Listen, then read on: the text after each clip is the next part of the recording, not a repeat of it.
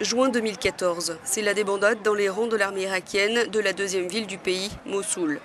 En 5 jours, l'offensive de Daesh et de nombreux autres groupes djihadistes fait fuir les militaires.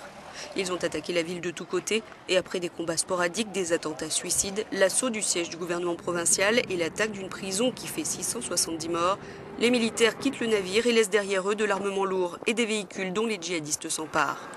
Le drapeau de I flotte sur les bâtiments gouvernementaux et des portraits de Saddam Hussein refont même surface. Situé dans le nord de l'Irak, près de la Turquie et de la Syrie, Mossoul se trouve à 350 km au nord de Bagdad. C'est le chef-lieu de la province de Ninive qui est riche en pétrole. En 2014, elle compte 2 millions d'habitants, mais selon l'Observatoire international des migrations, environ 500 000 fuient la ville dans la foulée de l'installation des rebelles et tentent notamment de partir vers Erbil dans le Kurdistan irakien. Parmi eux, des milliers de soldats, selon les autorités kurdes. Les généraux ont été les premiers à s'enfuir, témoignait alors ce soldat. Ils nous ont laissés derrière eux. Comment les soldats peuvent-ils agir sans commandement? La ville est tombée, les généraux sont à blâmer. La ville majoritairement sunnite comptait de nombreuses minorités, kurdes, turcomans, chiites, chrétiens. Les chiites ont fui après le massacre de nombre d'entre eux. Les chrétiens avaient reçu un ultimatum, se convertir à l'islam et payer une taxe spéciale, faute de quoi ils seraient exécutés.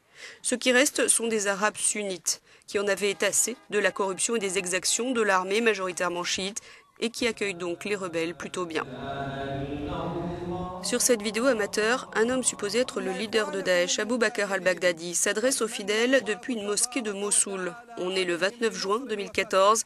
Les djihadistes proclament leur califat à cheval entre la Syrie et l'Irak. Ils font de Mossoul leur capitale en Irak et imposent la charia. Et dès juillet, Daesh s'en prend aux mausolées chiites et aux sanctuaires. Les djihadistes ont dynamité la mosquée abritant la tombe du prophète Jonas et le sanctuaire de Seth, considéré comme le troisième fils d'Adam et Ève dans les traditions juives, chrétiennes et islamiques. Quelques mois plus tard, en février 2015, ils diffuseront ces images où ils vandalisent les trésors du musée de Mossoul, datant notamment des périodes assyriennes et hellénistiques. Ils détruiront aussi l'église de la Vierge Marie, le théâtre de l'université et 8000 livres rares de la bibliothèque de Mossoul.